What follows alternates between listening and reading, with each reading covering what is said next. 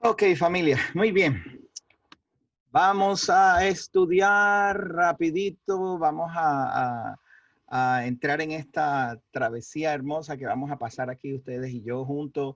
Esta es una de las actividades que más me apasionan a mí. El fundamento es lo llevamos muchos años que lo llevamos enseñando. Le voy a hacer un disclaimer. Un disclaimer quiere decir unas notas notas aclaratorias. Uh, este fundamento no lo hicimos nosotros en Casa de Israel Yará. Nosotros hicimos algunos añadiduras y algunos arreglos. Este fundamento viene de un grupo que se llama First Fruit of Zion. Y tengo que hacer este disclaimer porque al principio que hace algunos 10 años, más o menos, creo yo que hace como 10 años nosotros empezamos a hacer este curso y yo hablé con los productores de First Fruit of Zion y ellos pues nos contactaron, estuvimos de acuerdo y comenzamos a hacer la traducción literal de todo esto. Y por alguna razón, después que yo había terminado prácticamente todos los módulos, dejaron de comunicarse con nosotros. Pero ya yo tenía el trabajo hecho. Mi hermano Adrián y Yamili, mi cuñada, hicieron algunos de los PowerPoint y terminamos el proyecto y ahora lo tenemos aquí. Yo lo que hice fue hacer unas notas y arreglar algunas cosas en las que nosotros pues bíblicamente no estábamos de acuerdo, pero no son cosas dramáticas, son pequeños cambios que le hicimos. Tenía que hacer ese disclaimer para que no vaya a pensar alguna persona que lo vea o que lo distribuya, no vaya a pensar que es que nosotros pues no le damos crédito a las personas que lo hicieron inicialmente. Hicieron muy buen trabajo y nosotros pues nos unimos con ellos para hacer ahora en español, y hasta ahora pues ha sido una bendición. Tenía que hacer ese disclaimer, eso es todo. De ahí en adelante, ¿cuáles Biblia vamos a utilizar? Me imagino que vamos a estudiar la Biblia, ¿verdad? Pues si vamos a utilizar una Biblia, usted puede usar la Biblia de su preferencia, pero sí le recomiendo que consiga un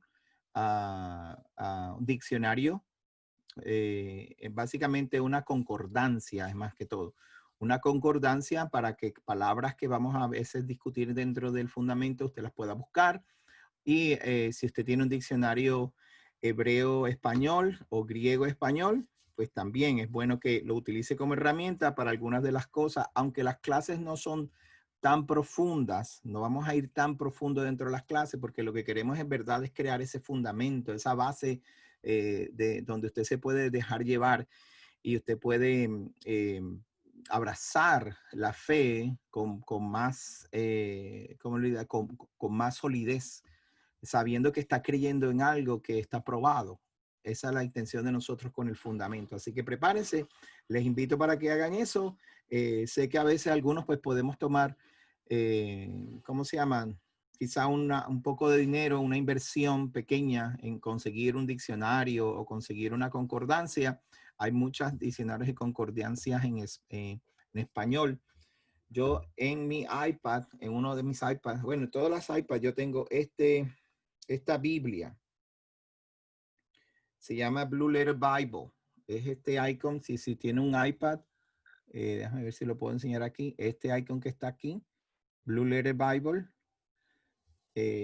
Yo la utilizo mucho. Lo utilizo mucho para enseñar porque es bien sencilla y es gratis y contiene diccionario. Usted puede tocar y puede buscar las palabras y las definiciones, cada palabra de cada verso.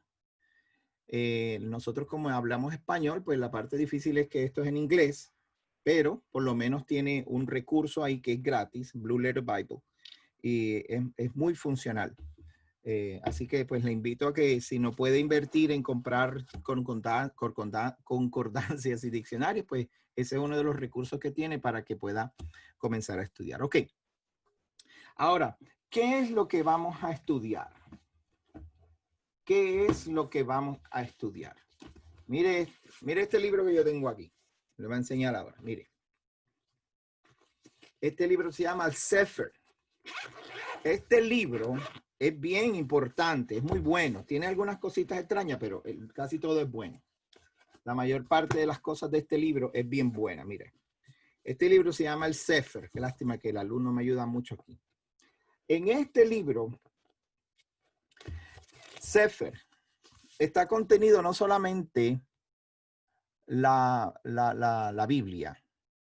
Aquí está la Torá, los profetas, los libros históricos, los apócrifos, están los libros de Enoch, Yashar y varios libros extrabíblicos que se encontraron hace unos años en unas excavaciones en 1947. Comenzaron unas excavaciones en el desierto, en Qumran, cerca del Mar Muerto, y encontraron un montón de rollos.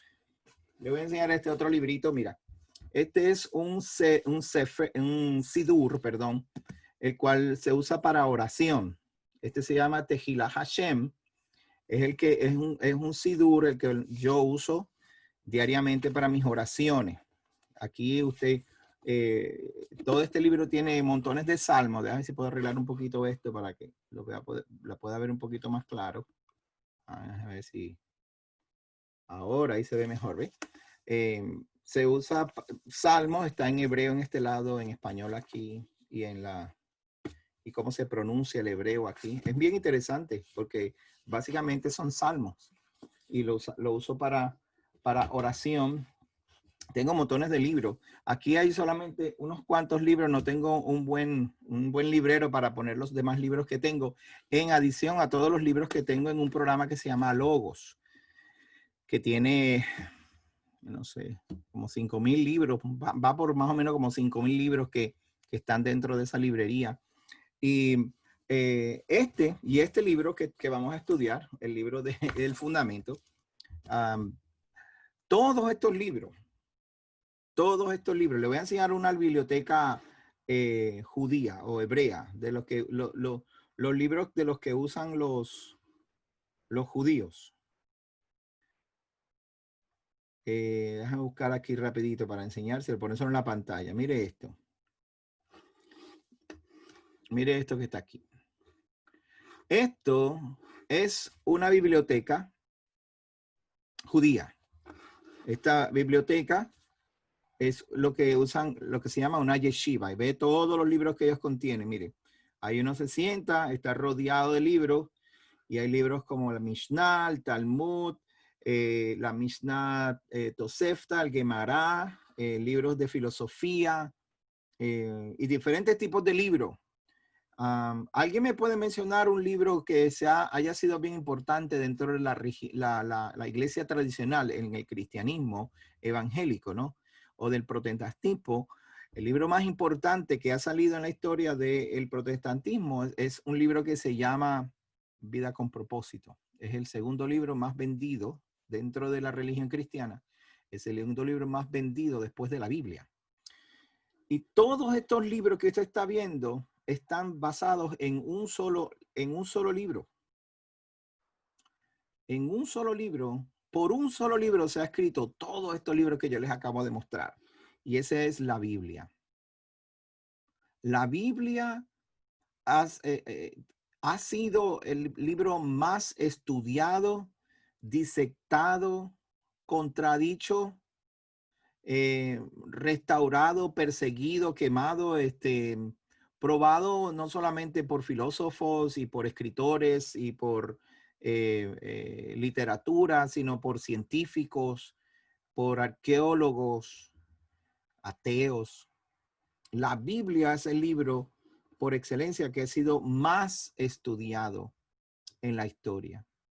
Y toda esa Biblia que usted tiene ahora mismo está basada en los primeros 5 libros de la Biblia. Los primeros 5 libros que usted tiene ahí, conocido como el Pentateuco o conocido como la Torá, mejor conocido como la Torá.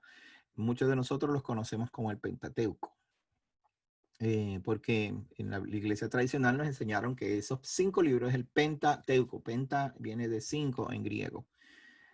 Imagínense la importancia de este libro, que este libro no ha podido ser apagado ni por gobiernos, ni por ejércitos, ni por religiones, ni por persecución. La Biblia es un libro que, aunque ha sido contradicho y ha sido perseguido, ha permanecido.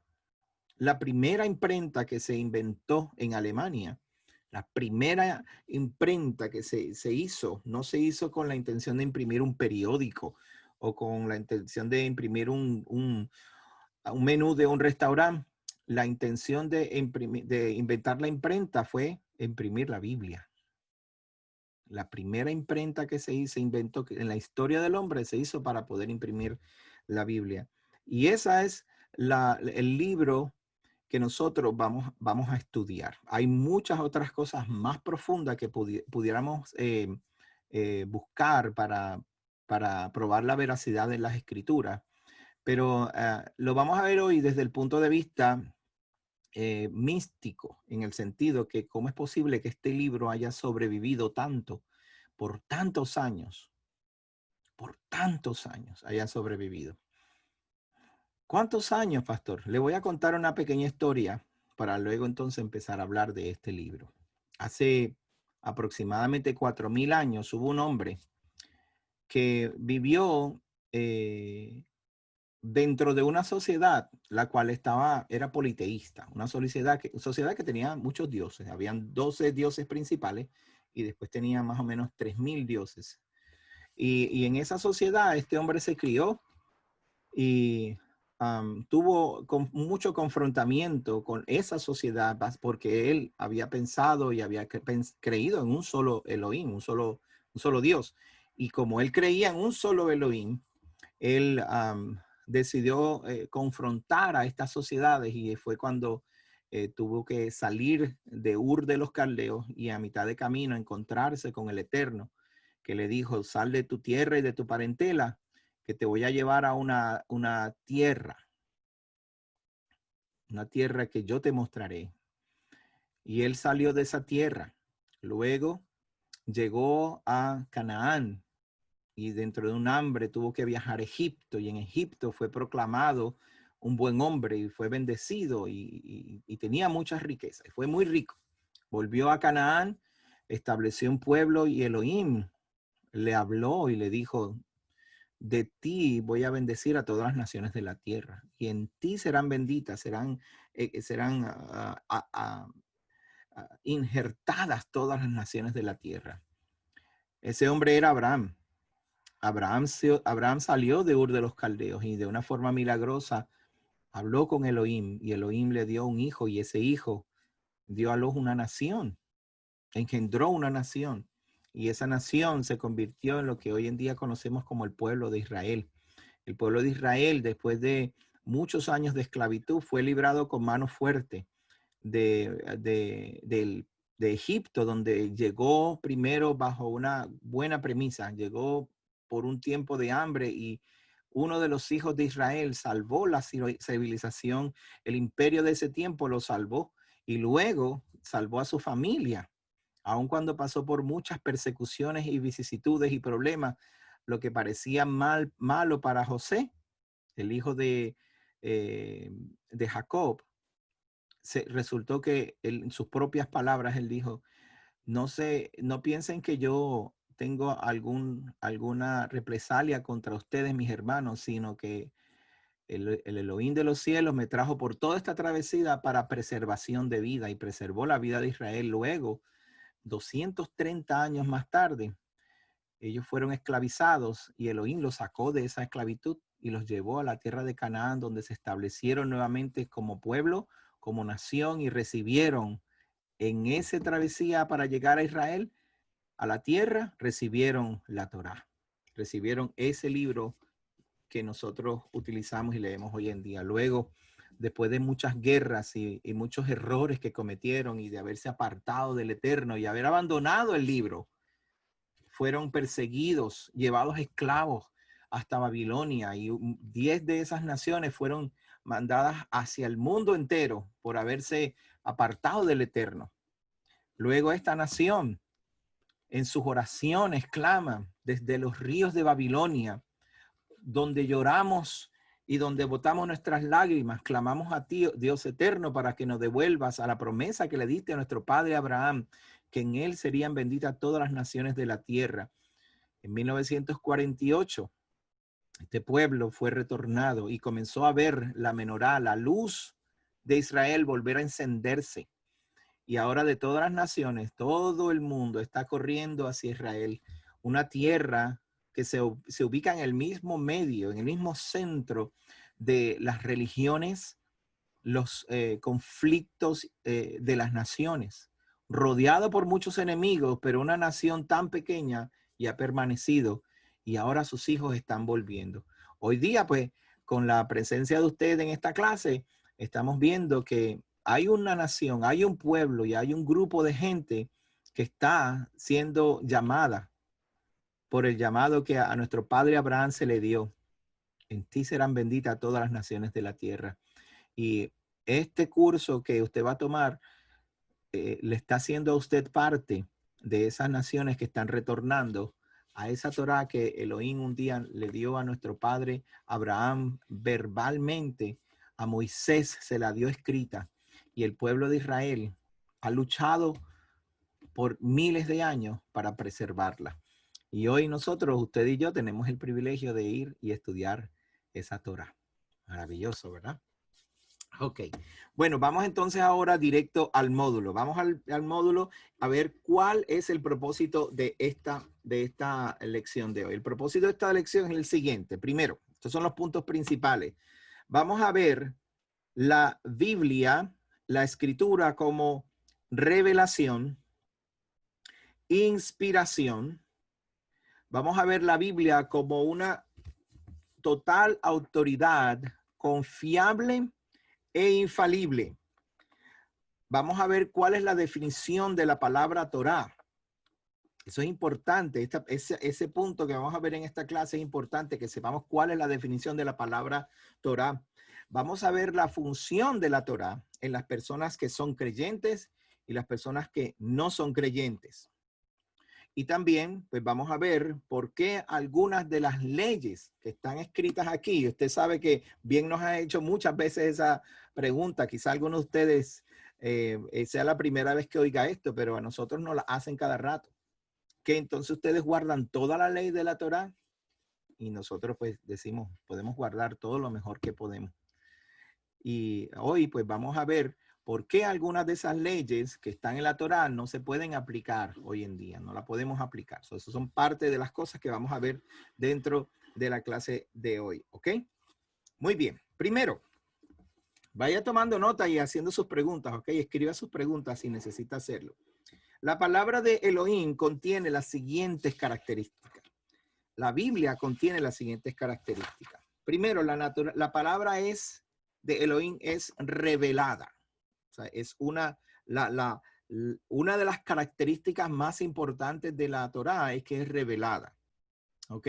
Eso puede ser un poquito controversial porque quizás se la reveló a uno, pero no me la reveló a mí. Eso es una costumbre que se usa mucho cuando una persona dice, mira, a mí el Señor me mostró tal cosa, y te lo mostró a ti, pero a mí no me lo mostró. Pero en realidad, cuando la Biblia está escrita y se puede probar por generaciones, quiere decir que esa revelación no es individual. Segundo, la palabra de Elohim es inspirada. Es inspirada porque el Padre inspiró a hombres para escribir, y eso lo vamos a ver más adelante. La Biblia también es infalible. Es infalible. Yo no puedo decir que esta Biblia es infalible porque esta es una traducción y la que usted tiene ahí, ¿verdad? Es una traducción también. Esa traducción quizá no sea infalible, pero la traducción vino de un original, la traducción vino de un documento. Ese documento es infalible. Tercero, es inerrante.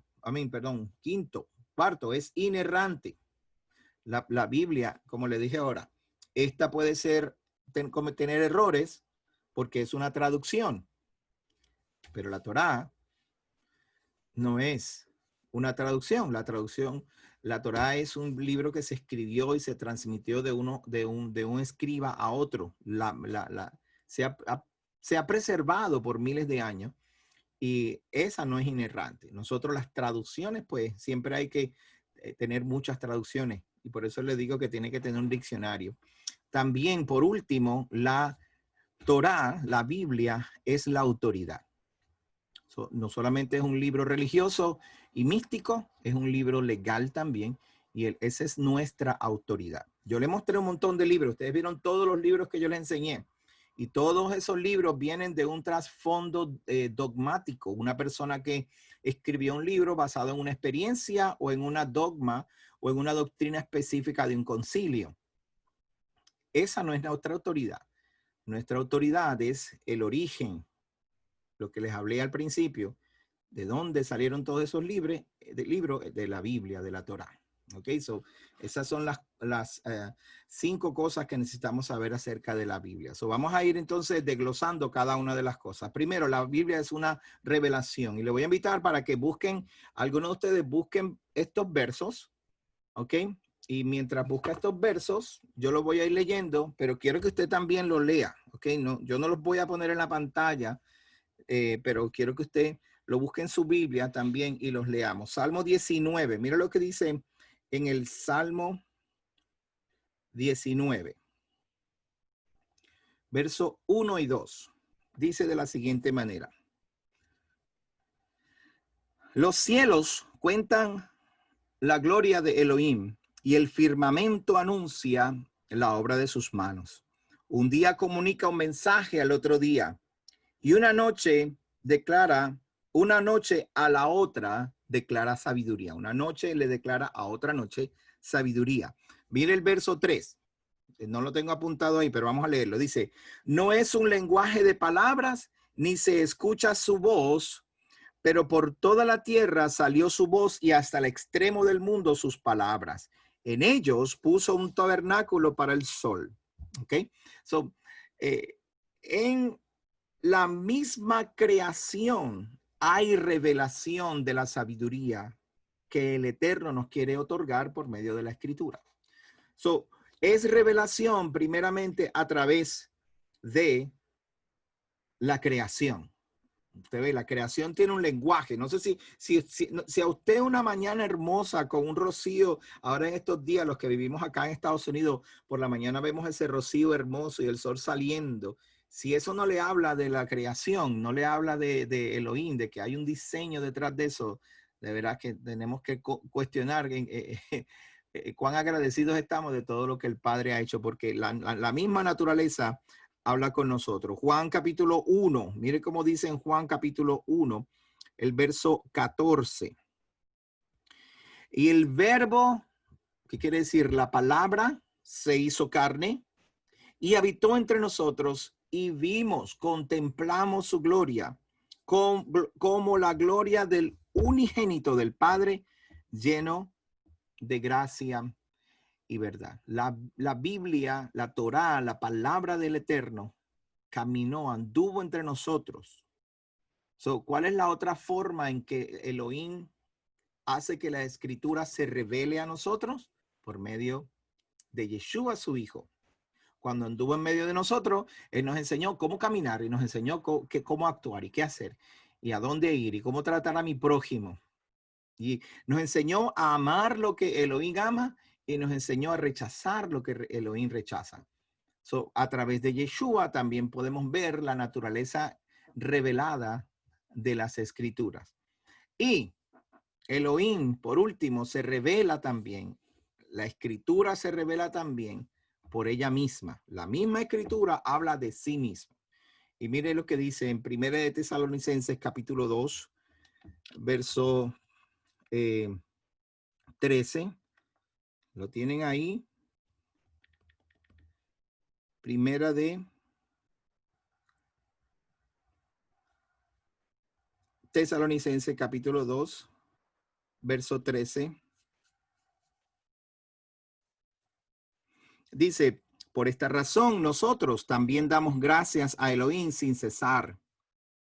Porque cuando recibisteis la palabra de Elohim que oíste de parte nuestra, la aceptaste, no como palabra de hombres, sino como lo que es de veras la palabra de Elohim, de Dios, quien obra en vosotros los que creéis.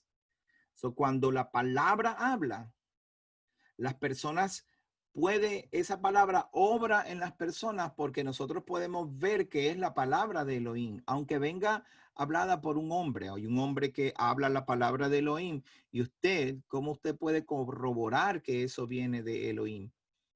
Y obra en mí porque lo que él dijo, yo lo puedo corroborar aquí en la escritura. Son los hombres inspirados por la misma escritura nos pueden decir y mostrar que la escritura misma es inspirada. Esas son las tres formas importantes de la revelación de la escritura. La escritura es inspirada. La Biblia también es inspirada. Y vamos a ir a Timoteo, segunda de Timoteo, capítulo 3. Y este es uno de los versos más comunes y de los más conocidos, ¿verdad? Cuando las personas estudian la escritura, siempre utilizan este verso como un verso inspiracional para dar acerca de la veracidad de las escrituras. En el verso 16 y 17, segunda de Timoteo, capítulo 3, versos 16 y 17, dice, toda la escritura es inspirada por Elohim y es útil para la enseñanza, para la reprensión, para la corrección, para la instrucción, a fin de que el hombre de Elohim sea perfecto, enteramente capacitado para toda buena obra. Timoteo, que era uno de los discípulos de Pablo, nosotros le decimos Rab Shaul, el rabino Shaul, porque Pablo era un rabino. Pablo tenía uno de sus discípulos que le llamaba muchacho joven. En realidad, esta carta se escribió para el año 50 al 52. Y en ese tiempo Timoteo tenía 65 años. El joven Timoteo tenía 65 años. Timoteo, cuando recibe esta carta, la carta a Timoteo, Rab Shaul le dice a Timoteo, perdón, le dice, toda la escritura es inspirada por Elohim. La escritura le está hablando a Timoteo, le está diciendo lo que tú estás leyendo, lo que tú estás estudiando. Más adelante vamos a estudiar estos versos. Lo que tú estás viendo y lo que estás estudiando es inspirado por Elohim, ¿ok? Por Dios. Dice que es útil para la enseñanza, para la reprensión, para la corrección, para la instrucción en justicia. Para la instrucción en justicia. Usted sepa que cuando usted compruebe que esta escritura tiene todas estas características y que la Biblia es suficiente para corregirlo, para redaguirlo y para enseñarlo y para darle instrucciones de justicia, tómela. Tómela, porque son muy pocos los libros que pueden decir, estos libros me enseñan justicia, estos libros me enseñan a corregirme y estos libros son justos, son verdaderos. Son muy pocos los libros que puedan decir esto y que además puedan decir, para ser el hombre perfecto. ¿Cuántos libros usted conoce que hay por ahí que usted puede decir, no, con este libro, si yo lo sigo, sería un hombre perfecto? Muy pocos libros. Ok. Bueno, continuamos. La Biblia es la autoridad.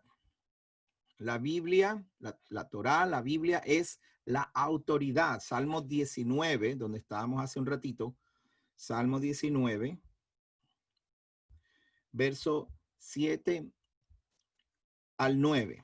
Dice de la siguiente manera. La ley de Adonai es perfecta. Restaura el alma. El testimonio de Adonai es fiel.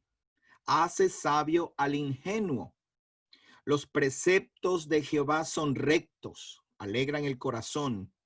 El mandamiento de Adonai es puro, alumbra los ojos. El temor de Adonai es limpio, permanece para siempre. Los juicios de Adonai son verdad, todos son justos. Eso hace que este libro para nosotros sea la autoridad. Ese libro es nuestra autoridad, y ya usted está viendo que está diciendo, los que son ingenuos los hace sabios, los que son injustos haya justicia, los que tienen temor a Elohim encuentran los que tienen temor a Elohim encuentran sabiduría y encuentran verdad.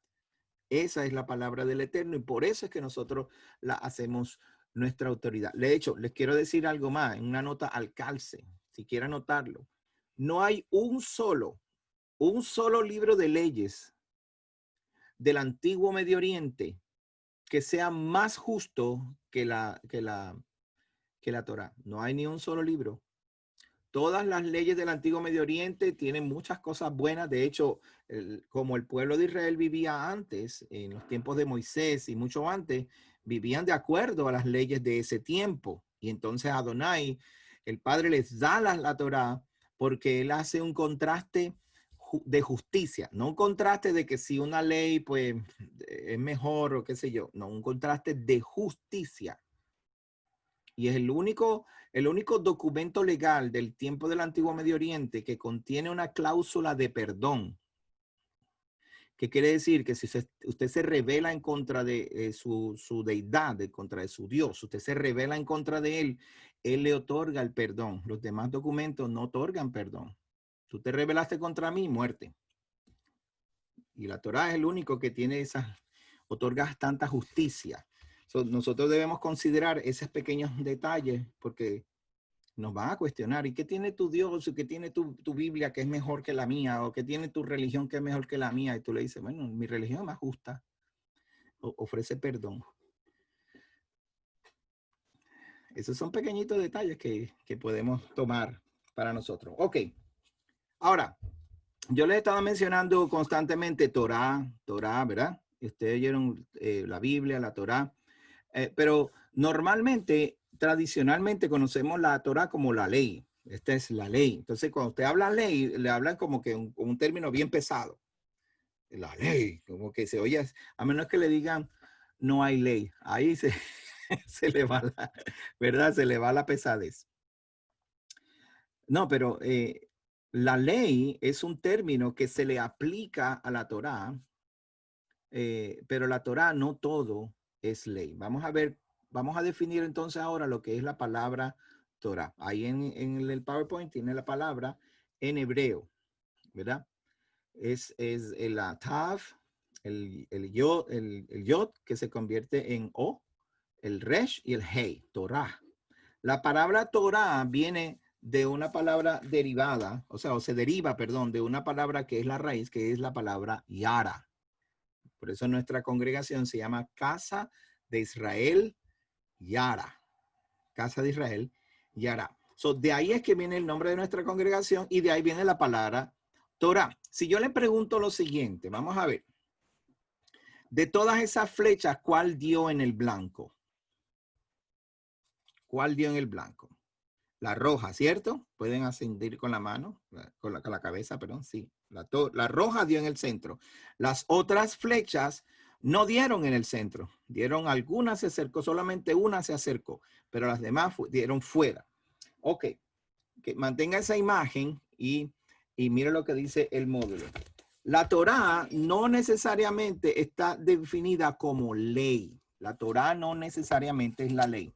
La Torá contiene leyes, pero no es la ley.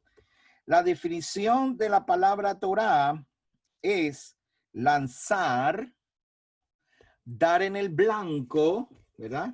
Repita usted allí en su privacidad, dar en el blanco, ¿verdad? Tirar con un arco y con una flecha, como cuando usted estira así, se pone el arco, ¿verdad? Y estira y lanza la flecha. Esto es Torá, lanzar con arco y flecha, en el sentido de la persona que está controlando la acción de lanzar la flecha. Pero tiene un sentido más profundo y es, yará significa no solamente lanzar la flecha, sino dar en el blanco. ¿Cuál de esas flechas que está ahí usted puede decir que es Torá? La roja, ¿verdad, Patricia? La roja es la que dio en el blanco. Eso significa yará. el que hace la acción de lanzar la lanza, de lanzar una flecha y dar en el blanco. Eso es Torah. ¿Ok? So, Torah significa más que todo enseñanza. La palabra Torah básicamente es una enseñanza, sea que la enseñe un padre o que una persona le dé instrucciones a sus hijos o Elohim dándonos instrucciones al pueblo de Israel. Un padre sabio le da instrucciones a sus hijos. Un padre que es bueno le da instrucciones a sus hijos. Y un hijo más sabio las sigue. Esa es la parte difícil, ¿verdad?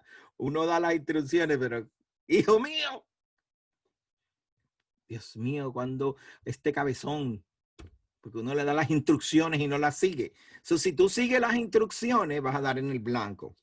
Dice, el padre sabio le da instrucciones a sus hijos de cómo comportarse, cómo tener una larga vida bendecida, cómo tener éxito, y así también Elohim, motivado por su amor por nosotros, el creador, nos da y se revela el hombre las instrucciones básicas de cómo vivir, cómo vivir con tu prójimo, cómo acercarte a Elohim, ¿ok? Y a través de la ley, Elohim muestra su interés en todos los aspectos de nuestra vida, de quién debe vivir de acuerdo a sus instrucciones y cuidado. So, cuando el Padre Eterno nos da instrucciones a nosotros de vida, ¿verdad? Él nos enseña, nos muestra y nos enseña cómo vivir correctamente. Y si lo vamos a ver en forma, en una acción, el Padre nos enseña cómo dar en el blanco, cómo tomar esa flecha roja y ponerla ahí en ese centro. Así que la definición de la palabra Torah es instrucciones, enseñanzas. Instrucciones y enseñanzas. Si seguimos las instrucciones, damos en el blanco. Ok. Ahora, hay varios versos que podríamos buscar ahora, pero por cuestión de tiempo, solamente les voy a pedir que lean estos versos para que, lo pueda ver la definición de la palabra y de las instrucciones del Padre. Solamente voy a leer uno, que es el de Deuteronomio capítulo 6. ¿Ok? El verso 4 al 9 dice, oye Israel. Este oye no es un simple oye. Oye significa prestar atención para hacer algo. Ok, me vas a dar instrucciones. Oye Israel, Jehová tu nuestro Elohim, Jehová uno es, y amarás a Adonai con tu Elohim con todo tu corazón, con toda tu alma y con todas tus fuerzas. Y estas palabras, estas instrucciones, esta Torah que yo te mando estarán en tu corazón. Las repetirás a tus hijos y hablarás de ella, sentado en casa o andando por el camino, cuando te acuestes y cuando te levantes. Las atarás a tu mano como señal y estarán como frontales entre tus ojos. Las escribirás en los postes de tu casa y en las puertas de tus ciudades. So, básicamente, el Padre está diciendo que la palabra Torah significa dar en el blanco y son instrucciones y enseñanza. Ahora, hay una palabra que vale el esfuerzo estudiarla y es la palabra jatá. ¿Ok? Diga ya conmigo, jatá, jatá, así, como si estuviera raspando la garganta. Se llama jatá. Esa palabra jatá significa, la palabra jatá en hebreo significa fallar al blanco. Fallar al blanco. Jatá es fallar al blanco. Torah es dar en el blanco. ¿Ok? La tenemos claro, ¿verdad? Ok, fíjese bien que la palabra jatá, lo que significa en el Pentateuco o en el Antiguo Testamento, se ha usado 580 veces para traducir la palabra pecado. Cuando usted le hablan de pecado, es jatá o es fallar al blanco.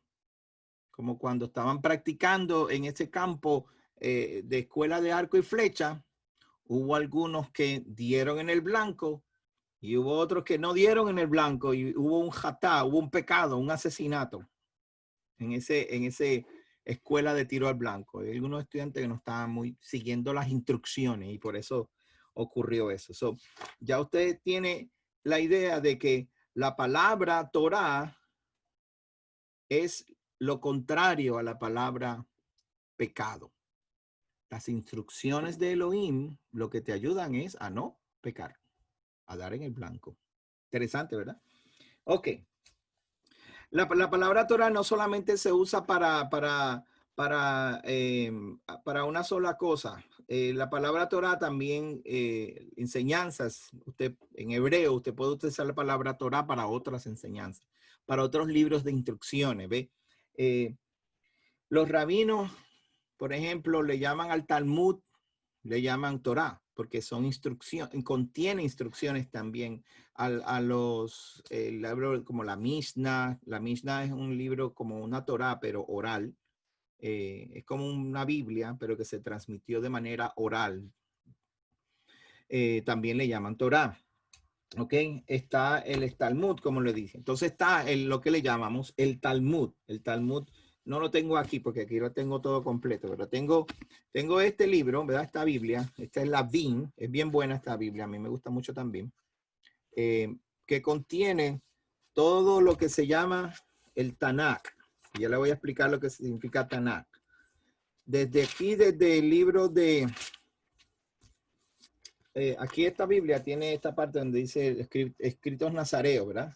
Ok. Si eliminamos esto y nos quedamos con la primera parte del libro, esto es el Tanakh, que contiene los libros de la Torá y los profetas y los libros históricos y todo eso hasta el libro de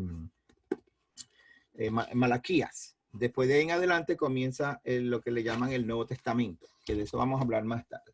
So, el Tanakh es importante y debemos tener esa definición bien clara para que sepamos cuando alguien nos dice, mira, tú tienes un Tanakh, pues ya usted sabe de lo que está hablando. Está hablando de una Biblia judía, la cual no contiene el Nuevo Testamento. ¿Ok? Y hay otro que se llama el Humash. Ahí tienen ustedes en el módulo. El Humash lo que es un Pentateuco o es una Torá que contiene los comentarios de Rashi y de Rambam, de varios rabinos muy conocidos en este lado del mundo. Son más conocidos en Europa. De hecho, Rambam nunca fue a Israel. Siempre estuvo en España, Portugal, en esa área. Esos son rabinos que ellos hicieron comentarios, son muy respetados en el pueblo, en el judaísmo moderno, son muy respetados por sus opiniones.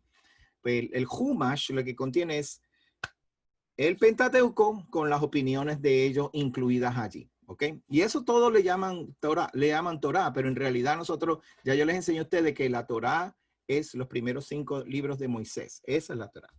Ok, Tanakh. Tanakh es un acrónimo. El acrónimo de Tanakh significa Torah, Nevi'im y Ketuvim. Tanakh significa, es un acrónimo. Torah, Nevi'im y Ketuvim. Torah para los primeros 5 libros de Moisés, Nevi'im para los libros de los profetas y Ketuvim para las escrituras históricas, los libros históricos de los sucesos de Israel. Es importante que conozcamos todas estas definiciones porque usted va, como buen estudiante, ¿verdad? No se va a conformar con una Biblia y ya, sino que usted va a ir buscando Biblias, traducciones, va a buscar el Tanakh. Y para eso pues, tiene que saber de qué estamos hablando. Vamos a hablar de los Nevi'im. Los Nevi'im son los profetas. Vamos a leer un libro de los Ketuvim. Vamos a leer un libro de historia del pueblo de Israel. Vamos a leer la Torá. Pues te va a buscar de Génesis hasta Deuteronomio. ¿Eh? Sencillo, ¿verdad? Ok. Eso es importante que lo sepan, que lo anote ahí en su libro y denos entonces y haga sus preguntas. Si tiene preguntas hasta ahora, por favor, le voy a seguir recordando esto para que las anote y seguimos hablando. Ok, pasamos a otro tema. ¿Cuál es la función de la Torá para los no creyentes? Pues entonces, para definir eso, tenemos que ir a buscar a la Torá y leerla. Y tenemos que ir a buscar a nuestros escritos y saber qué dijeron nuestros discípulos, los nazareos del primer siglo, qué dijeron los profetas y qué dijeron los reyes, como el rey David, para saber qué dijeron ellos en cuanto a, para los que no creen, para qué sirve la Torá. ¿Ok? Primero, la Torá es una herramienta como testigo, y esto es bien importante. Créame que esto, lo que le voy a decir ahora, creo que debe ser lo más importante quizás de toda la noche. Deuteronomio capítulo 4, verso 6.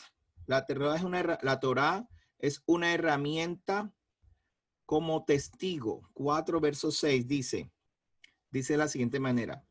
Guardarlos porque es, perdón, déjame ir, se me fue esto aquí. Guardarlos. Vamos a leer aquí.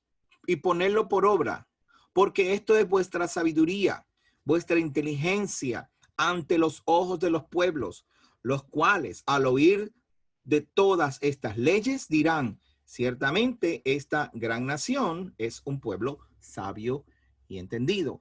¿De qué sirve la Torá para las que no son creyentes? Primero, les muestra a ellos que la Torá les fue dado a un pueblo y el pueblo que la abraza es un pueblo sabio y entendido. Pero la única manera que esos otros pueblos que no son creyentes pueden tener esta opinión en cuanto a la Torá es cuando nos vean a nosotros poniéndola por obra. ¿Vio? Si nosotros hacemos lo que dice la Torá, si nosotros seguimos las instrucciones del Eterno, entonces la Torá sirve como una herramienta de testimonio, de testigo para los no creyentes. Esto debe ser una de las cosas, una de las metas de cada creyente, esto debería ser. Mi meta es que cuando la gente sepa que yo sigo las instrucciones de mi Padre, ellos vean la bondad, justicia, sabiduría, misericordia, amor que Él tiene para con todos nosotros, para con el ser humano. Eso debe ser una de las metas. Eso debe ser una de las metas de todo creyente. Voy a poner por obra las instrucciones para que la gente sepa. De hecho, mi opinión es que este es el método evangelismo. Usted conoce evangelistas, uno de los evangelistas internacionales más grandes que ha existido en de habla americana es Billy Graham. En español, Gigi Ávila, Alberto Motesi, Luis Palau. En África ha habido grandes, Renan Buncan, algo así se llamaba, grandes evangelistas. En los 80, Jimmy Swaggart, Spurgeon, ha sido grandes evangelistas, han creado grandes avivamientos alrededor del mundo. Y esos grandes avivamientos han transformado la vida de miles de personas. Sin embargo, el mundo con esos avivamientos, en vez de ir en ascenso, ha ido en descenso. ¿Por qué? Porque el que tú te pares en una plataforma y hables mucho no dice tanto como el que tú vivas para el Eterno y que demuestres con tus acciones lo que el Eterno quiere para el hombre. Entonces la gente te va a mirar y va a decir, yo quiero ese Elohim, yo lo quiero, ese Dios. Eso es más efectivo. Créame que eso es más efectivo. Segundo, la Torah para los no creyentes revela la ira de Elohim. Revela la ira de Dios. ¿Qué es lo que a él no le gusta? Romanos capítulo 4. Vamos rapidito. Romanos capítulo 4, verso 15. Porque la ley produce ira. Pero donde no hay ley, tampoco hay transgresión. Porque si no hubiera Torah, entonces no hay pecado. Y si no hay pecado, pues no necesitamos un Salvador. Entonces, si no necesitamos un Salvador, ¿para qué vino Yeshua entonces? Pero si hay ley, entonces la ley produce ira. Y al producir ira, ¿verdad? A través de producir quebrantamiento, porque ahora sé cuáles son las instrucciones y no las estoy siguiendo, entonces hay una violación. Y al producir una violación, entonces hay un castigo, y al producir un castigo necesitamos un perdón, y para ese perdón necesitamos al Yeshua, nuestro Mesías, y ahora ahí se completa el círculo. ¿Sí? La ley, donde no hay ley, cualquiera peca y cualquiera hace lo que quiere y no importa. Tercero, la Torá es un tutor, un maestro. Mira lo que dice en Gálatas. Gálatas, capítulo 4, perdón, capítulo 3, 19. ¿Ok? Dice, entonces, ¿para qué sirve la ley o la Torá? Fue dada por causa de las transgresiones hasta que viniera la descendencia de quien había sido hecha la promesa. ¿Ok? Hasta que, perdón, y esta ley fue promulgada por medio de ángeles o mensajeros por mano de un mediador. Y el mediador no es de uno solo, pero Elohim es uno. Por consecuencia, ¿es la ley contraria a las promesas de Elohim? De ninguna manera, porque si hubiera sido dada la ley capaz de verificar, entonces la justicia sería por la ley. No obstante, la escritura lo encerró todo bajo pecado para que la promesa fuera dada por la fe en Yeshua HaMashiach a los que creen.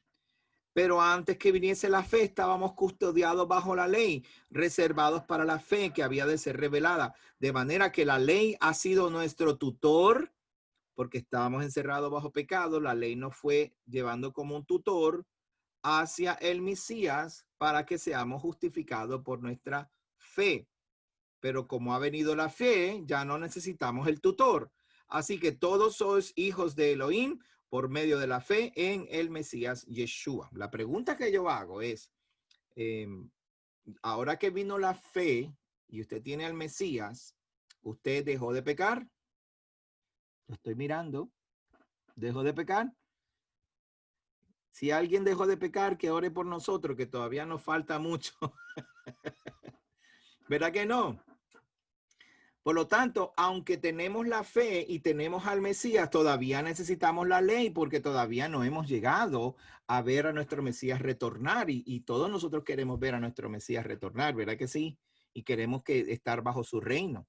La única manera que lleguemos allí es mostrando nuestra fidelidad por causa de que fuimos justificados por él. Ahora nuestra fidelidad nos va a llevar a conocer a nuestro Mesías. Y esa es la parte donde todavía necesitamos la ley como un tutor, como un maestro, para llegar a no solamente conocerle a él, sino a ser conocidos por él. ¿Ok? Ok. ¿Qué es un maestro entonces? Un maestro es un paidagogos. En griego, la palabra tutor o maestro es paidagogos. Está ahí en Gálatas. En el libro de Gálatas, capítulo 3, 24, pues, un tutor, un paidagogos. ¿Ok? So, si usted sabe lo que es caminar en rectitud, usted no necesita un maestro, porque ya usted lo sabe. Pero imagínese que usted se vaya para un camino desértico y vaya hacia un lugar, le dijeron, mira, está por ahí, usted se va por ese desierto y llega. Y cuando usted entre ese desierto, no haya carretera, no haya guías, no haya forma que decir, mira, por aquí es el camino. Pues mire, en esa foto que le estoy mostrando ahora mismo, usted está viendo ahí lo que son los mandamientos. Esos son los mandamientos. Los mandamientos, la ley no es el fin. El guardar la Torá no es el fin, es el camino. Nos mantiene ahí derechitos. Imagínese que usted vaya por esa carretera y que no hayan líneas, que solamente sea un pavimento negro. ¿Cuál es el lado de la carretera que usted va a manejar? Alguien me dice ahí, deja ver si los veo. ¿Por qué lado usted maneja? ¿Por el derecho o por el izquierdo? ¿Verdad? Por el derecho o por el izquierdo. No sé, te vi que hiciste así, pero a ver, déjame ver. Sí, Héctor dijo por el derecho, ¿verdad? Héctor dijo por el derecho. Ok, pero ¿y si no hay línea? ¿Alguien te dio una instrucción a ti de guiar por el derecho? ¿Ve? Ya nosotros lo sabemos porque ya pusieron leyes en este país que nos dicen que en este país se maneja por el lado derecho. Pero si usted llega a Australia, usted tiene que manejar por el lado izquierdo. Pero si no hay línea, usted no sabe ni cuál es el derecho ni cuál es el izquierdo. Ahora, cuando le damos los mandamientos, ahora usted sabe por dónde ir. Sabe que esas dos líneas amarillas no se cruzan. y que esa línea blanca le da el margen de la carretera y que a la derecha y a la izquierda conducen en diferentes direcciones. Instrucciones de vida para poder llegar allá a la meta, llegar al fondo. ¿Ok? Ahora se puede ver, ¿verdad que sí? La Torá también nos señala hacia el Mesías, nos habla hacia dónde está el Mesías, ¿ok? Lucas capítulo 4, verso 25. Esta historia a mí me fascina mucho, es una de mis historias que más me gustan. Lucas capítulo 24, verso 25 en adelante. Dice, no le voy a leer toda la historia, pero le voy a leer estos versos que Yeshua les dijo a los que iban de camino en Emaús. Entonces les dijo, oh insensatos y tardos de corazón,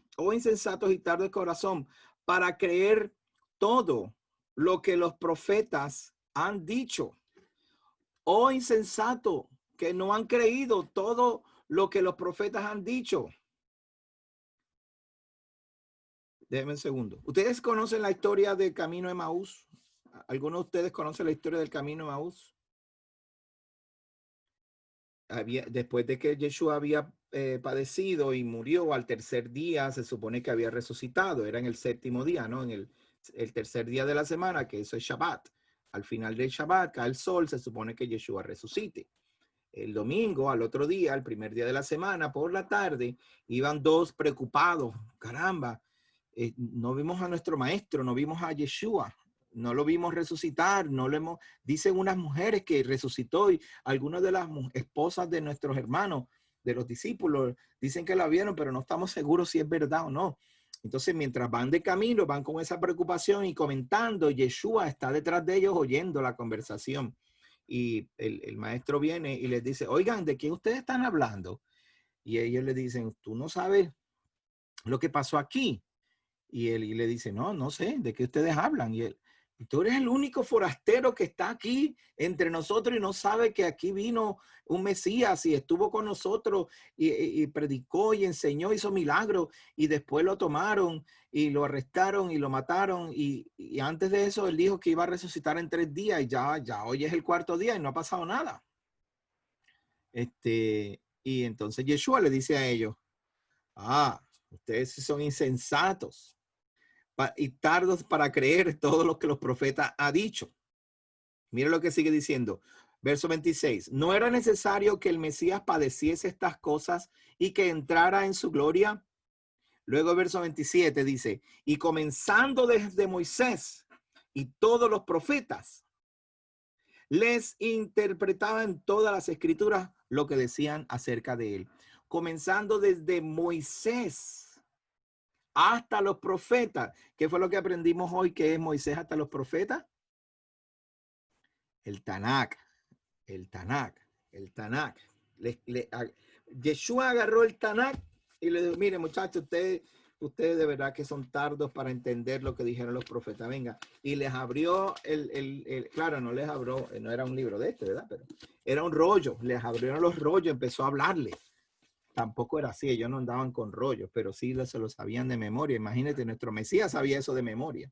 Y empezó a decirle, ustedes no saben que Moisés dijo y que Abraham tuvo una experiencia y ustedes no saben que el profeta Samuel hizo un sacrificio y ustedes no saben que David escribió en el Salmo 101 y empezó a contarles y cuando ellos se quedaron así maravillados, de repente le dijeron, vente a nuestra casa que ya está haciéndose de noche y come con nosotros, te damos refugio ahí, sigue contándonos. Cuando se sentaron a la mesa, el primer día de la semana, y Yeshua viene y parte el pan, pero claro, siempre que se parte el pan se hace una bendición. Le voy a decir la bendición en hebreo. Baruch atah Adonai Eloheinu melech haolam, hamotzi lechem miharetz. Esa es la bendición. Bendito eres tú, Elohim, que reina para siempre, el proveedor del pan de la tierra. Y cuando él hizo esa bendición, los de profeta, los que iban con él, los discípulos, se le abrieron los ojos y dijeron, este es el Mesías. Y se desapareció Yeshua de sus ojos y ellos se levantaron ahí de noche y corrieron de nuevo para Jerusalén. Corrieron a dar la nueva, llegaron a donde estaban los discípulos y le dijeron, hemos visto al Mesías, él vino con nosotros no nos dimos cuenta y nos estaba contando hasta que bendijo el pan, ahí supimos. Y entonces ellos hablando, pero no, ¿cómo va a ser? ¿Qué es lo que tú estás diciendo? Y de repente Yeshua entra y dice, Shalom. ¡Ah, qué experiencia tan maravillosa! ¡Qué experiencia tan hermosa! Pero entonces, ese no es el punto, que yo me apasiono, ¿verdad? Perdonen. El punto principal es que Yeshua utilizó las escrituras para probar quién es él. No usó el Nuevo Testamento. Usó desde Moisés hasta los profetas. ¿En cuántas iglesias podemos nosotros ir hoy día y que el pastor o el maestro o la persona que esté ahí enseñando nos enseñe a Yeshua sin usar el Nuevo Testamento? No abras el Nuevo Testamento y muéstrame que Yeshua es el Mesías y que tenía que padecer todas estas cosas. ¿Cuántas iglesias, cuántos lugares podemos ir así? Muy poco, ¿verdad que sí? Yeshua es nuestra luz y él nos va a enseñar la escritura y él nos va a enseñar desde Moisés hasta los profetas. Muy bien. Ahora vamos a este próximo punto. La función bíblica de la Torá para los redimidos. ¿Qué quiere decir? Para nosotros. ¿Cuál es la función bíblica de la Torá? Primero, te entrena en justicia. Y este es el verso que quería hablarles hace un minuto. ¿Estamos bien hasta ahora? ¿Todo el mundo bien? Sí. Escriban sus preguntas, acuérdense. Ok. Vamos a leer este verso y vamos a ver la función de la Torá para nosotros los que somos redimidos, los que creemos, los que ya creemos. Hay algunos quizás de ustedes que están empezando a entender, a creer. Bueno, decidiste creer, decidiste venir, decidiste tomar la clase y decidiste estar aquí. Eso, tú eres un creyente. No, todavía no, yo estoy ahí tanteando el camino. No, tú eres un creyente porque decidiste venir. Y yo te voy a mostrar ahora lo que dice la escritura para que encuentres esa sabiduría que todavía no las has alcanzado. Esa sabiduría que tú has dicho, caramba, pero si alguien me explicara, es que yo todavía, hay cosas que no me cierran. Yo te voy a enseñar ahora lo que dice la escritura. Dice, toda escritura es inspirada por Elohim, por Dios, y útil para enseñar, para reprender, corregir, instruir en justicia, a fin de que el hombre de Elohim sea perfecto, equipado para toda buena obra. Solo leímos hace un rato, ¿verdad? Ok, mire las definiciones que están allí. Y si usted no las tiene escritas en el módulo, pues las puede escribir. Enseñanza significa, es útil para enseñar, ¿verdad? Dice primero el verso 16. Es útil para la enseñanza. Enseñanza se dice en griego didascalia. Didascalia, que significa doctrina o dogma. Es una enseñanza. La escritura sirve para enseñanza o para hacer una doctrina. Sirve para reprender. Reprender se dice en griego elegmo. Elegmo lo que significa es, perdón, elegmo es traer convicción de pecado, pero traer convicción de pecado es como un poquito abstracto. Básicamente, elegmo lo que significa es mostrarte tu ego. Perdón. Mostrarte tu ego, mostrarte qué es lo que estás haciendo mal. La escritura lo que hace es mostrarte qué es lo que estás haciendo mal. Corregir. Corregir significa, se dice epanortosis, que en una traducción más gráfica es enderezar lo que estaba torcido. Si hay gente que dice, usted oye esta expresión, árbol que nace torcido, nunca su rama endereza, ¿verdad? ¿No han oído ese refrán? El árbol que nace, o muchacho barrigón, ni que lo fajen chiquito. Esa es más cómica, ¿verdad? Muchacho barrigón, ni que lo fajen chiquito. Árbol que nace torcido, nunca su rama endereza. Eso no es cierto. Porque en la escritura, si una persona crece torcida, la escritura lo puede enderezar. La escritura lo puede corregir. Si nosotros que nos criaron bien, pero nos fuimos, hicimos lo que nos dio la gana y que nos andamos torcidos por allí, ahora la escritura nos puede corregir. Y también la cuarta definición es instruir, que es paeida, paedia, paideia, paideia, entrenar, dar un entrenamiento. Ya paideia no es solamente dar instrucciones, sino ahora es un entrenamiento, te prepara para hacer un trabajo. La escritura te prepara para hacer un trabajo. So, ya tú eres un creyente, estás enderezado, corregiste tus pecados, tuviste convicción y ahora conoces cuál es la doctrina bíblica y ahora pues se te da instrucciones para los próximos pasos, para que sigas creciendo. Ahora bien, nosotros hablamos de esto en el libro de Timoteo, donde dijimos toda la escritura, ¿verdad? La escritura de que el libro, la carta a Timoteo está hablando, es una escritura específica. Y lo vamos a descubrir dentro del contexto. Y usted me dice, ¿ok?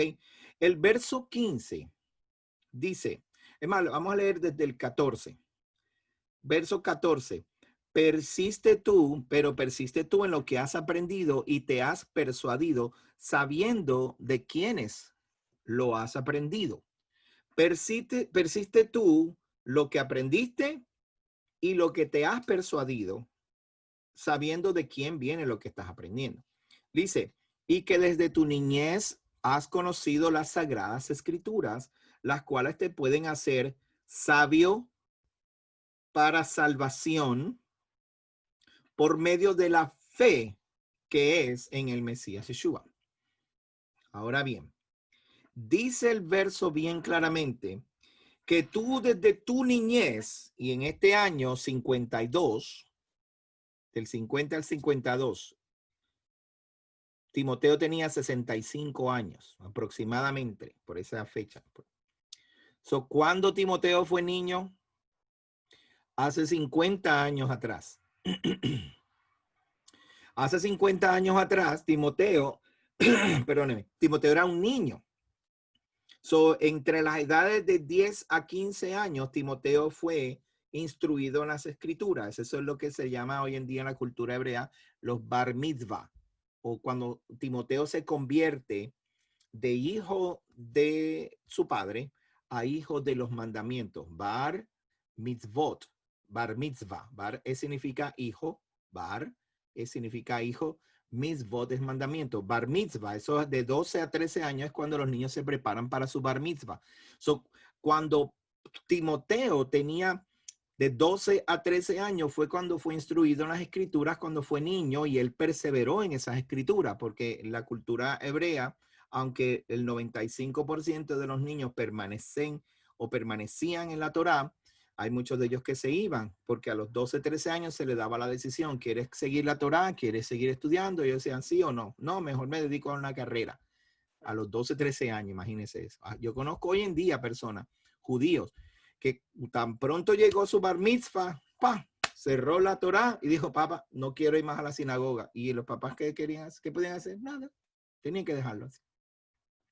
Pero Timoteo no, Timoteo perseveró. Ahora, 65 años tenía él. Cuando él tenía 12, 13 años, fue para el año aproximadamente el año 10. El año 10. Yeshua todavía no había comenzado su ministerio. Le faltaban todavía 25 o 30 años, 20 años más. 18, 20 años más para comenzar su ministerio. ¿Cuáles escrituras sagradas estudiaba Timoteo que lo hicieron sabio para la salvación por medio de la fe en Mesías Yeshua? En ese tiempo no existía ni el libro de Romanos, ni el de Marcos, ni tampoco existía la carta de Filemón, ni la de Judas. Solamente existía, ¿qué existía? El Tanakh, la Torá, los profetas y los libros históricos. Existía el Tanakh. Y eso, Pablo le dice a Timoteo, persiste en lo que aprendiste en el Tanakh, las Sagradas Escrituras, porque eso te hace sabio para salvación. Ahora no sé si esto es demasiado, es mucho. Anote si tiene preguntas, anote ahí y seguimos, ¿ok? Vamos a seguir entonces. Vamos a hablar de algunas cosas porque ahora yo sé que se van a despertar. Ok, espérate un momento.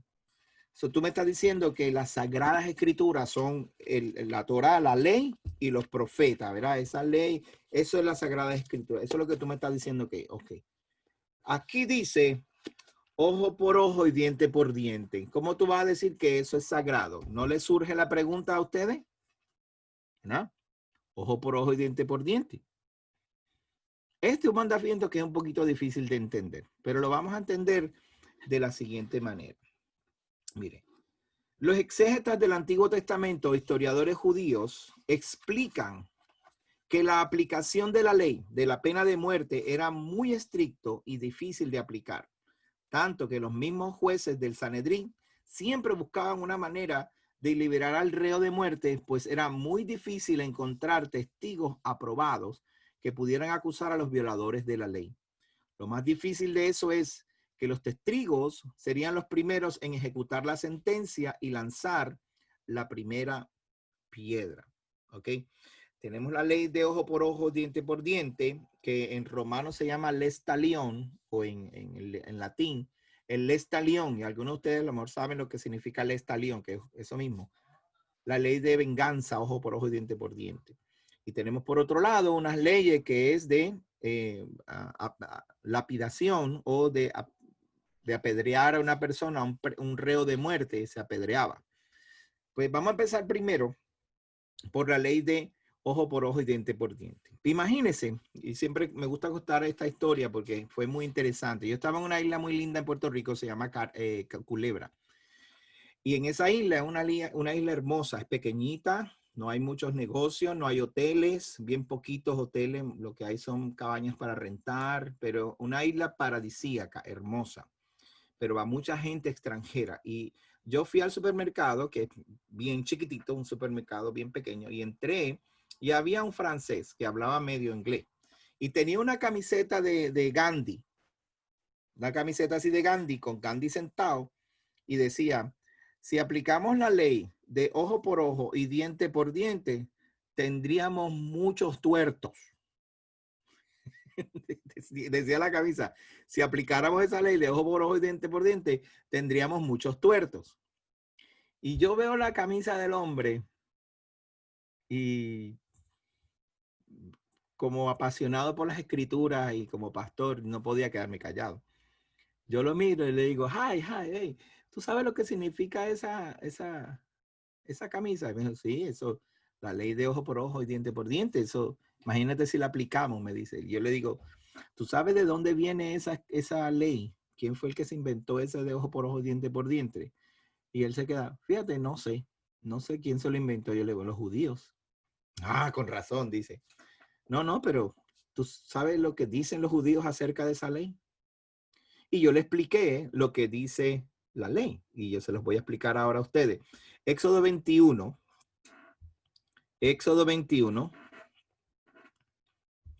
¿verdad? Verso 22. Desde ahí comienza. Cuando algunos hombres peleen y hieren a una mujer encinta y ésta aborte sin mayor daño, el culpable será multado de acuerdo con lo que le imponga el marido de la mujer y según lo que establezcan los jueces. Pero si ocurre un daño mayor, entonces pagará vida por vida. Ojo por ojo, diente por diente, mano por mano, pie por pie, quemadura por quemadura, herida por herida, golpe por golpe. ¿Ok? Mira lo que significa. Cuando algunos hombres peleen y eran a una mujer encista y esta aborte, en realidad no significa que aborte, en realidad ahí no dice que aborte, sino que ella dé a luz o se le provoque el parto sin mayor daño, quiere decir que el niño vive. Si el niño nace vivo, pasó por un proceso que no era el normal, porque el hombre la hizo dar a luz, pero el niño vivió, pues entonces le van a poner una pena, el marido va a pedirle dinero y los gastos médicos y el tiempo que perdió, y los jueces le ponen una ley. Pero dice, si ocurre un daño mayor en el verso 23, entonces pagará vida por vida. ¿Por qué pagará vida por vida? Porque vida, si el bebé muere, es asesinato. Si mata, si está peleando y golpea a la mujer en cita y la mujer aborta de que pierde el bebé, entonces asesinato y el hombre es culpable de muerte. ¿Ok? So, vida por vida. Luego dice, ojo por ojo, diente por diente, mano por mano, pie por pie, quemadura por quemadura. Ok. Dice aquí, si una persona hace un daño, pero no es mayor, que no pierde la vida, pues entonces no tiene que pagar por vida, sino que se le impone un cargo. Si es un diente, no hay un daño mayor, se le impone un cargo por el diente. Si es un ojo, no hay un cargo mayor, se le pone un cargo por el ojo. Y así sucesivamente. Si nosotros decimos, brazo por brazo, están dos personas trabajando en una compañía y viene uno negligentemente, se le zafó el machete y le cortó el brazo a aquel. ¿Tuviste lo que le hiciste? Le cortaste el brazo. Ahora hay que cortarte el brazo a ti y le cortan el brazo al otro. Ahora tiene dos empleados que están sin brazo. No pueden trabajar. So, perdiste dos empleados. ¿Ok? So, ¿hace sentido eso? ¿Eso es justo? No. Porque Elohim no va a ser tan falto de mente como nosotros somos de decir la venganza es cortarle el brazo al otro porque ahora perdí dos empleados. So, para yo no perder dos empleados, yo digo, ¿cuánto vale el brazo? Tanto, pues tú pagas por el brazo, pagas por los gastos médicos, pagas por el tiempo que perdió, que no pudo trabajar y cuando el hombre esté listo para salir a trabajar, entonces ya no tienes que pagar nada más. No es que te corten el brazo o te saquen el ojo, es que tú pagas por el valor de ese ojo, pagas por el valor de ese diente, pagas por ese valor de esa mano, y eso es una ley de compensación por accidentes en el trabajo, básicamente es por accidentes en el trabajo. Ahora, si lo matas, entonces la negligencia es mayor, que quiere decir hubo un asesinato, hubo muerte. Hay dos alternativas que tienes. Si es un asesinato a mansalva, no por error o por accidente, sino que lo mataste a sangre fría, tú eres culpable de reo de muerte y mueres. Pero si fue un accidente, corres a una de las ciudades de refugio y te puedes refugiar en esas ciudades para que no mueras. Y puedes vivir ahí hasta que el sumo sacerdote muere. Cuando el sumo sacerdote muere, entonces tú eres libre y nadie puede acusarte de nada. No me pregunten ahora por esa ley porque es un poquito más complicada, la podemos ver más adelante. Pero por lo menos tienen una idea, ¿verdad? Que la Torá no es injusta. Al contrario, hay mucha sabiduría cuando decimos ojo por ojo, diente por diente. Mire lo que dice en el capítulo 17 de Deuteronomio. Vaya conmigo busquen su Biblia, capítulo 17 de Deuteronomio, versos 6 y 7. Por el testimonio de dos o tres testigos morirá el que debe morir. No morirá por el testimonio de un solo testigo. La mano de los dos testigos será la primera contra él para matarlo y después la mano de todo el pueblo. Así quitarás el mal del medio de ti. Ok. So, ¿qué dice entonces la Torá acerca de los testigos? Los testigos tienen que ser testigos primeramente íntegros. No puede ser un loco que todo el mundo sabe que es un mentiroso y de repente viene a decir aquí, no, mira, si yo lo vi haciendo tal cosa y viene a testificar, nadie le va a creer. Tiene que ser persona íntegra. Tiene que ser dos testigos oculares que hayan visto lo que pasó allí. Y cuando ven lo que pasó allí, entonces los dos se llevan ante los jueces les preguntan, los cuestionan aparte, separados, y si el testimonio de estos dos concuerda, entonces se halló un culpable. Luego esta persona que es el acusado se presenta delante de los jueces le preguntan, ¿usted tiene alguien que lo defienda? Si no tiene ni una sola persona, algún amigo, alguna persona que diga, no, mira, yo vengo a abogar por él, la persona no la acusan, la dejan ir. Pero, pastor, ¿cómo la van a dejar ir si hay testigos? Porque ellos no son capaces de acusar a una persona que al menos tenga alguien que pueda decir, sí, yo quiero abogar a favor de esta persona, por favor, tenga misericordia. Si por alguna razón no me sé, la Mishnah lo que dice es, nosotros no nos gusta matar a las personas por lapidación, nosotros no somos así. Pero si una persona viene, tiene que tener un solo defensor, aunque sea un solo defensor. Si tiene un solo defensor, entonces va a juicio. Si no tiene ni un solo defensor, ni siquiera va a juicio, lo dejan ir.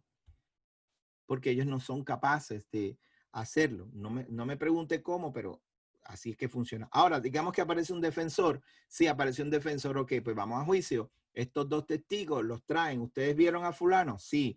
¿Y qué hizo? Tal cosa. ¿Y están seguros? Sí. ¿Se presentó la evidencia? Sí. Ok. Es culpable de muerte. ¿Sabe quién es el primero que lanza la primera piedra? Los testigos. Los dos testigos. Por eso era bien difícil conseguir a alguien que acusara a otro. Era bien difícil.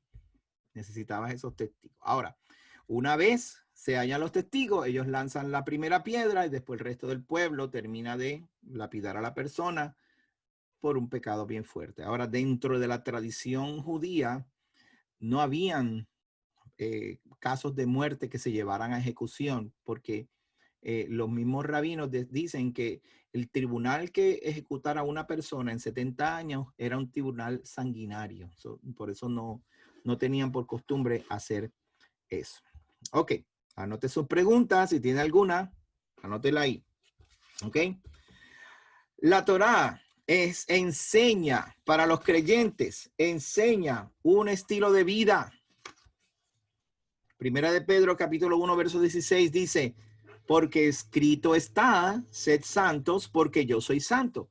¿Dónde está escrito? Escrito está, sed santo, porque yo soy santo.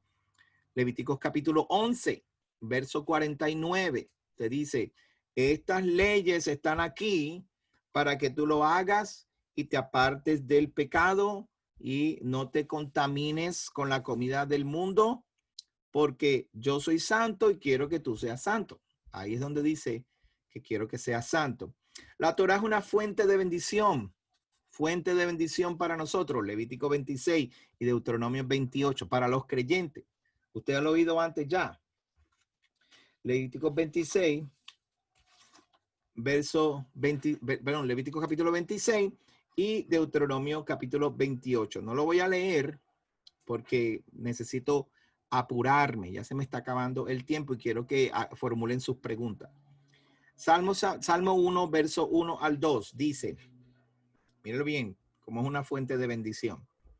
Bienaventurado el varón que no anduvo en consejo de malos, ni estuvo en camino de pecadores, ni en silla de escarnecedores se ha sentado, sino que en la ley de Adonai está su delicia, y en su ley medita de día y de noche.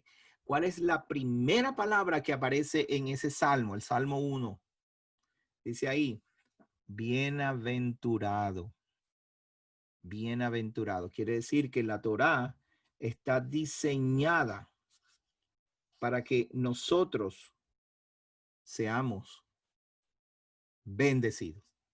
Es una fuente de bendición. La Torá, además de eso, dice así. Déjame brincar esta parte aquí y hablarles acerca de esto aquí. Voy a saltar a esta parte. Brinque rapidito a la página 16, creo que de su manual, si los tiene ahí. La Torá es un contrato de matrimonio. Es lo que se llama una ketubá o una ketuba, diferente forma de pronunciarla. Pero la Torá, además de ser todo esto para los creyentes, una de las cosas más importantes que es la Torá es el contrato de matrimonio de los creyentes. Usted se imagina, hermanos, que el Padre nos dio este libro tan hermoso, no solamente como un libro de instrucciones, no solamente como un libro para corregirnos, para convencernos de pecado, no solamente como un libro histórico para conocer la historia de cómo hasta el día de hoy tenemos este libro y la historia del pueblo de Israel, sino que la Torá es un compromiso, es un contrato de compromiso de un esposo hacia una esposa. Este libro que está aquí contiene las promesas que el Creador de los cielos y la tierra nos dio para que nosotros viviéramos y confiáramos que tenemos un padre, un marido, un rey, un Dios, tenemos una fortaleza, tenemos un sanador, tenemos un proveedor, un protector, y está todo escrito aquí como un contrato. Sucederá que si pusieras por obra todos estos mandamientos que yo te doy, este compromiso que tú y yo estamos haciendo, si tú lo pones por obra, vendrán sobre ti todas estas bendiciones y te alcanzarán. Yo seré tu escudo y tu protector. Yo estaré contigo. Aunque ande en valle de sombra de muerte, no temeré mal alguno, porque Adonai será mi protector. Adonai estará conmigo. Él será mi fuerte. Él será mi sustento. Él no me va a fallar. Él puso su palabra por escrito para decirnos, aquí está, te lo prometo. Esa foto que usted está viendo ahí en el PowerPoint es una novia con una ketubá en una boda hebrea. Las bodas que hacemos nosotros en nuestra congregación, los novios hacen ese contrato. Ese está hermoso. Ellos lo escriben ahí, los novios la firman y lo enmarcan y lo ponen en la casa como el contrato de matrimonio escrito ahí en la puerta, en la puerta de salida. Lo ponen ahí. Cuando el marido va saliendo de la casa, mira el contrato. No te olvides. Hiciste una promesa y lo firmaste. Este es el contrato de nuestro Padre Celestial. Es un contrato de matrimonio para usted y para mí. El Padre lo puso por escrito. Si usted es uno de esos creyentes y usted es una de esas personas que en verdad ha tomado la decisión de acercarse al Eterno con todo su corazón, quiero decirle que Él firmó un contrato en el que dijo, tú me sigues, yo te voy a cuidar y te voy a proteger. Tú vas conmigo, yo voy a estar contigo. Aleluya, bendito sea el Eterno. Jeremías capítulo 31, 32 dice lo siguiente. Con esto ya casi terminamos. No como el pacto que hice con sus padres el día que lo tomé de la mano para sacarlo de la tierra de Egipto, porque ellos invalidaron el pacto. No Elohim, ellos invalidaron el pacto. Aunque yo fui un marido para ellos, dice Adonai. Dice, nuestro Adonai dice que he aquí vienen días en que yo haré un nuevo pacto, renovaré el pacto. De hecho, eso es lo que dice la palabra. Más adelante lo vamos a ver. Yo voy a renovar mi pacto contigo, con la casa de Judá y la casa de Israel. Jeremías 31, 31. Verso 32 dice, no como el pacto que hice con ellos, porque ellos lo invalidaron, sino que luego dice, yo pondré mis leyes yo voy a firmar este contrato con sangre, lo voy a firmar y lo voy a poner en tu corazón. Me voy a comprometer contigo para cubrirte y hacerlo. ¿Ok? Muy bien. El repaso son las siguientes. ¿Cuáles son las 5 formas en que de la naturaleza de la escritura? Las 5 formas de la naturaleza de la escritura. ¿Se acuerdan? Pueden abrir sus micrófonos si quieren ahora. Y si alguno de ustedes quiere responder la pregunta, lo puede hacer. Y después entonces vamos a las preguntas directas. ¿Cuáles son las 5 formas de la naturaleza de la escritura? ¿Alguien? ¿Voluntario? Revelada, inspirada, infalible, inerrante, Ajá. Es la autoridad. Muy bien, Marta. Eso es así. Segunda pregunta, ¿cuál es la mejor definición para la palabra Torah? ¿Y por qué es mejor definirla así y no como ley? Dar en el blanco, dice Noche. No, Enoch dijo dar en el blanco. Ajá. Ese hombre. María, saludos. No sabía que estabas ahí, no te había visto. Ajá. Dar en el blanco, eso es una buena, sí. Instrucción. Instrucción, muy bien. Eso fue Héctor que lo dijo, ¿verdad? Sí. Héctor, instrucción, enseñanza. ¿Y por qué no necesariamente ley? ¿Por qué? ¿Por qué? ¿Por qué no se es necesario? ¿Ah? Porque la Torah no es una ley.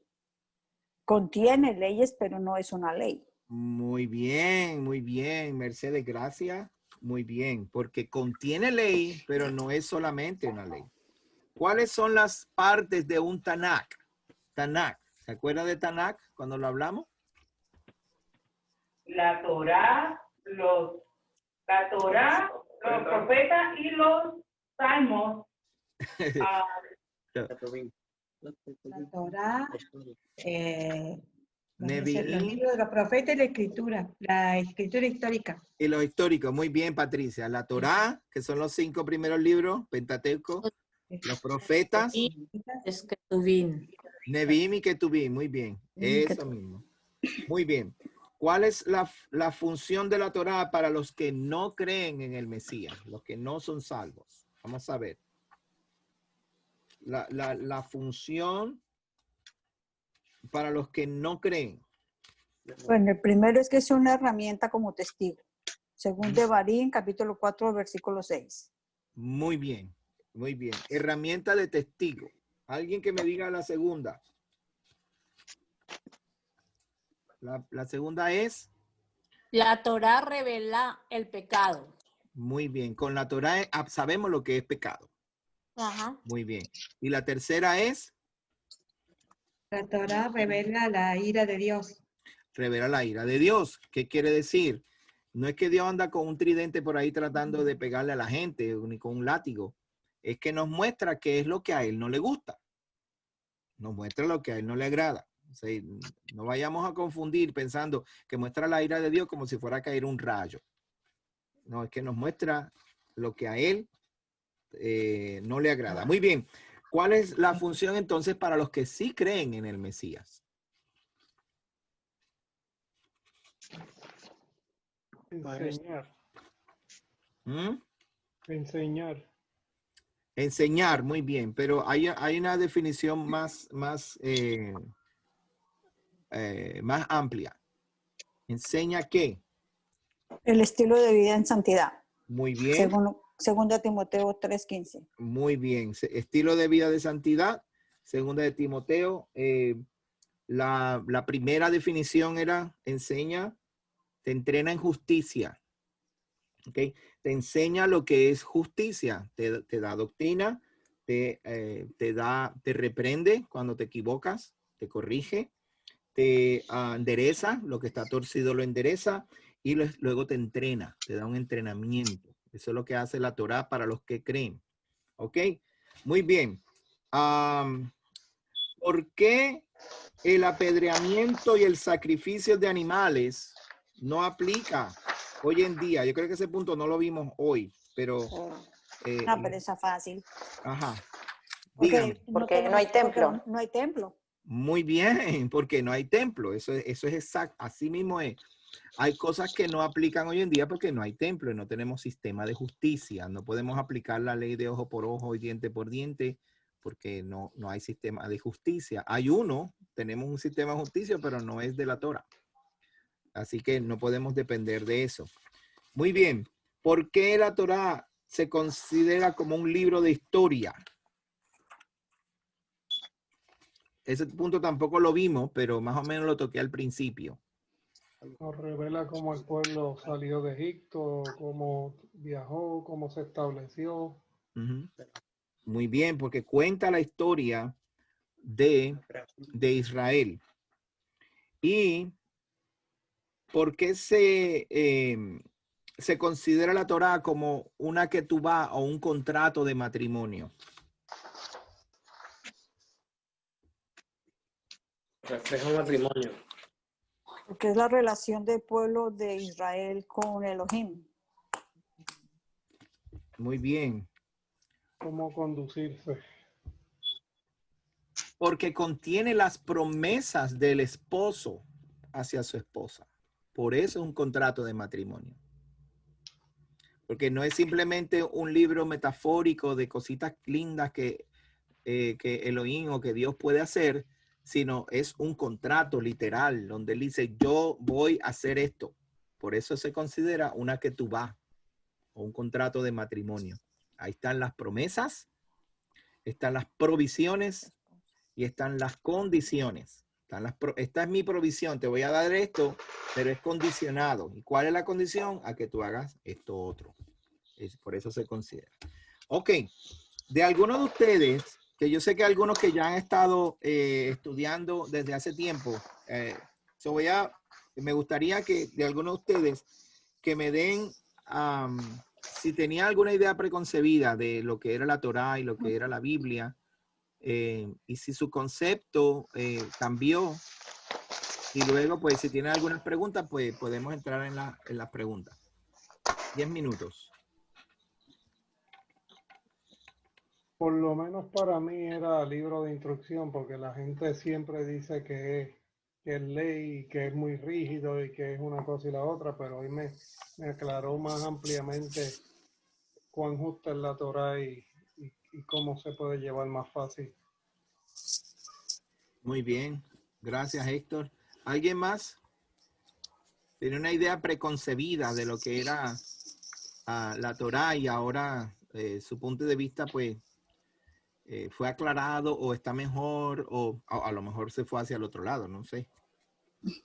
Que la Torá había sido abolida cuando vino Jesús, cuando vino Yeshua aquí a la tierra, y entonces por eso es que ya no nos podíamos dejar llevar por la Tanakh. ¿Y qué se acuerdan de un verso del Nuevo Testamento? Nos mostró que en realidad la Torá tenía todavía después, 30 años después que el Mesías se fue, todavía tenía una validez, si se acuerdan. Vamos Timoteo. A ver en Timoteo.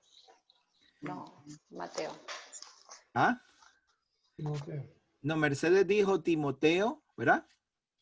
Sí, el pastor nos dijo que nos hizo la diferencia en la edad de Timoteo y ni siquiera se había empezado a escribir el Brit Hadashah, se le dice. Ajá, Ni siquiera se había empezado a escribir. Entonces, todas las enseñanzas que él tuvo de su abuelo y de su madre fueron fundamentadas en la Torá.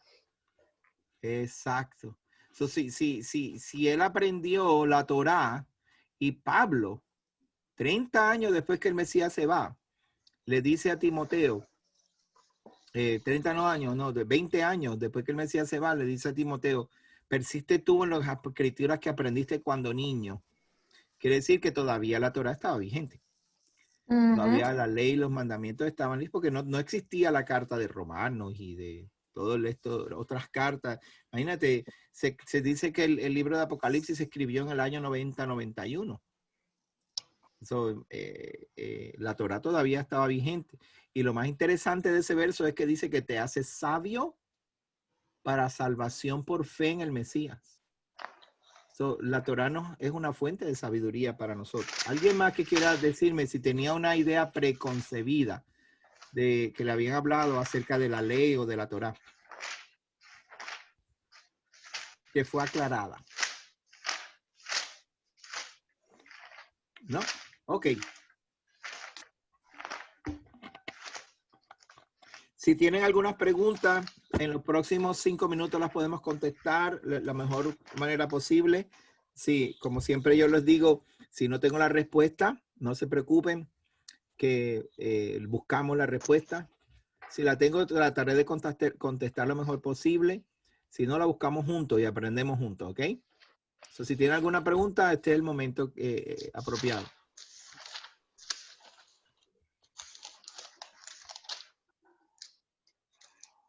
¿Todo bien?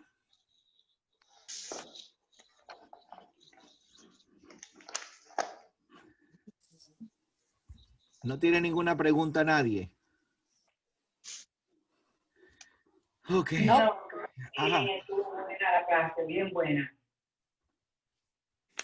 María. María dice que la clase estuvo bien buena. Gracias, María. Ok. Déjame chequear aquí en el chat.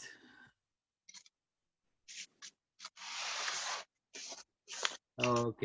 Bueno, ya que no hay ninguna pregunta, quiero darle las gracias. Por favor, le voy a exhortar a que repase la clase número 2. No sé si ya Karina les envió el PDF. Si no se los envió, le voy a pedir a Karina que lo envíe hoy y ya mañana usted lo va a tener para que ustedes tengan la clase número 2, la revisen, la lean, vayan a través de ella. Es muy importante esta clase. Vamos a hablar varias cosas que son determinantes para poder romper con varios paradigmas que ya teníamos nosotros como creyentes y que se nos van a aclarar bastante en esta próxima clase. Así que pues le voy a invitar para que entonces revisen la segunda de aquí hasta el lunes y así el lunes, pues si en la semana les surge alguna duda o alguna incertidumbre, esto la anote rapidito, por favor, anótela para que no se le olvide. Y el lunes que viene, entonces, continuamos la conversación, ¿ok? Si no tiene nada más que añadir, les doy las gracias por haberme acompañado en esta noche. Espero que hayamos sido de bendición y que la palabra del Eterno le haya no solamente confrontado, sino edificado, que le haya consolado, que le haya aclarado sus dudas y que le sirva para que encontremos sabiduría. Lo más importante es que encontremos sabiduría. Y como le dije a mitad de clase o al principio de la clase, les decía, hay un verso bien importante, o más importante que se puede llevar esta noche a todos los creyentes, es que la mejor manera de evangelismo es que lo que aprendemos lo pongamos en práctica, que la hagamos. Que cuando lo empecemos a hacer, las personas que nos rodean, nuestros familiares, nuestras amistades, otros creyentes que están con nosotros, que nosotros los conocemos, ellos quieran seguir a nuestro Elohim por lo que hacemos. No porque somos religiosos, sino por nuestra constancia, nuestra dedicación y nuestra justicia. Que nuestra justicia refleje al Elohim que le servimos. Amén. So, oramos y le doy gracias al Eterno y nos despedimos. Bendito eres, Elohim eterno, todopoderoso. Venimos delante de ti en el nombre de Yeshua, nuestro Mesías, agradecidos que nos dé la oportunidad de estudiar tu palabra. Permite, mi Rey, que lo que sea de beneficio y que haya venido de tu corazón para esta familia, Padre, les pueda llenar y los pueda abrazar durante toda esta noche. Y que a la medida que vamos creciendo y vamos aprendiendo, todos podamos, Señor, ser edificados y podamos representarte bien, honrar tu nombre bien. Sobre todas las cosas, Padre, que nosotros como creyentes seamos conocidos delante de ti, delante de tu trono. Ayuda a nuestra fe porque muchas veces se tambalea con todo el bombardeo que tenemos social, pero no queremos, Señor, tambalearnos, queremos estar firmes, confiados en tu Torá, confiados en tus promesas, en el contrato, la que tú vas, el matrimonio, el contrato de matrimonio que hiciste con nosotros, Padre. Y abre nuestros ojos para que veamos las maravillas ocultas en tu Torá divina, Padre. Te lo pedimos por los méritos y en el nombre de Yeshua, nuestro Mesías. Amén. Y amén.